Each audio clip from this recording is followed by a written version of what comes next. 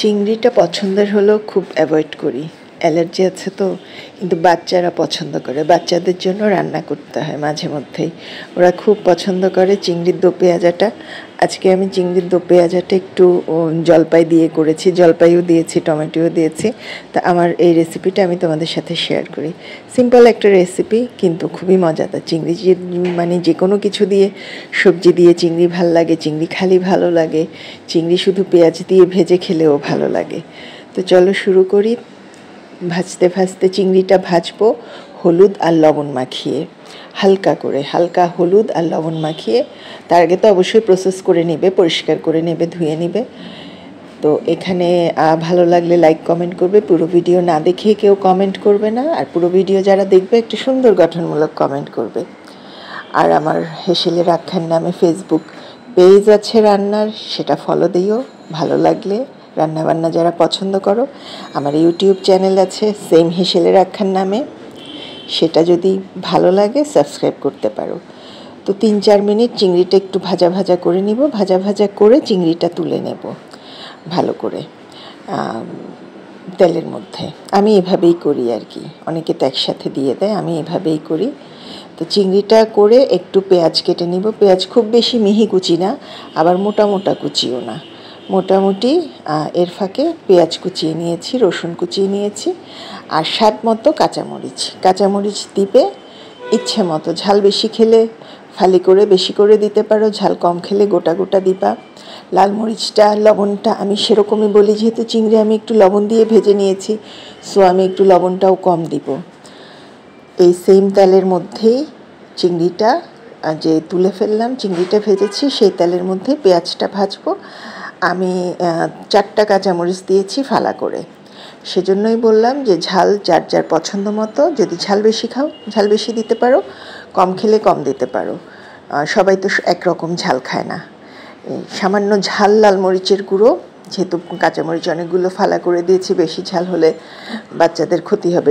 এই রেসিপিটাই করা হচ্ছে ওদের জন্য, একটু মজা করে করছি, তো ওই জন্য ঝালমরিচটা বুঝে দিচ্ছি, কালার আসে মতো। আর এটাতে খুব বেশি মশলা হবে না। আমি এরকম যখন ভুনা করি, ভুনা রেসিপিতে আমি খুব একটা বেশি মশলা ব্যবহার করি না, একদম মাখা, মানে মুখে মুখে অল্প অল্প পিঞ্চ এভাবে করে। সামান্য একটু হলদি, যদি মাপের পরিমাণে বলি 2-3 পিঞ্চ। এখানে চিংড়ি ছিল হাফ কেজির মতো, পরিষ্কার করার পরে তো কমে গেছে। চিংড়ি হচ্ছে একেবারে মানে ফাও একটা মাছ আমার কাছে মনে হয়, পরিষ্কার করার পর কুটা বাছা করার পর কিছুই থাকে না।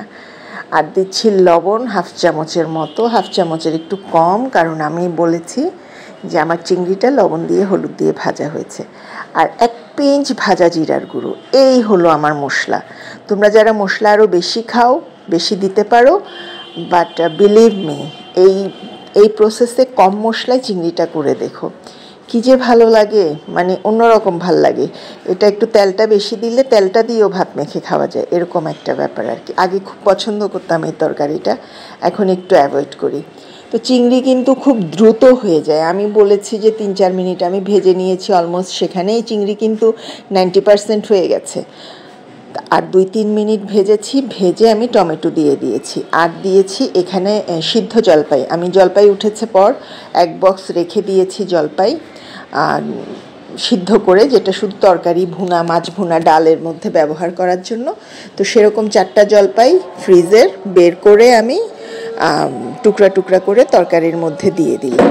তো জলপাই দেওয়ার পরে আরও 3-4 মিনিট একেবারে নেড়ে, একদম কোনো কিন্তু খেয়াল করেছো পানি ব্যবহার করিনি, এটা পুরোটাই তেলের উপর। তো ভালো করে নাড়াচাড়া করে জলপাইও যখন বুঝেছি যে মশলাগুলো লেগেছে, বাস নামিয়ে নিয়েছি। এখন খাওয়ার জন্য রেডি। এটা তোমরা যে কোনো পোলাও আইটেম, খিচুড়ির সাথে ভালো লাগে, সাদা ভাতের সাথে তো ভালো লাগেই। অসাম একটা রেসিপি আর কি। পেঁয়াজটা একটু কচকচাই থাকবে, পেঁয়াজটা কচকচা থাকলে খেতে মজা লাগে। আর হচ্ছে হাতের কাছে যদি ধনেপাতা থাকে, ধনেপাতা দিয়ে দিতে পারো। এখনও ধনেপাতা দেশিটা ভালো করে ওঠেনি, বিলাতিটাই পাচ্ছি অ্যাভেলেবেল, তো সেটাই দিয়ে দিলাম। বিলাতি ধনেপাতা বলি আর কি আমরা, লম্বা লম্বা লম্বা পাতা যেটা, সেটা। তো রেডি, সার্ভ করেছি। কেমন হয়েছে রেসিপি জানাতে ভুলো না। ভালো লাগলে অবশ্যই লাইক কমেন্ট শেয়ার করে দিবা। এরকম সিম্পল সিম্পল রেসিপির জন্য সঙ্গে থাকবা। সবার জন্য অসংখ্য ভালোবাসা, তোমাদের সুন্দর একটা মন্তব্য আবার এরকম সহজ সরল সিম্পল রেসিপি শেয়ার দিতে উৎসাহ দেয়। ভালো থেকো, সুস্থ থেকো, আল্লাহ হাফেজ।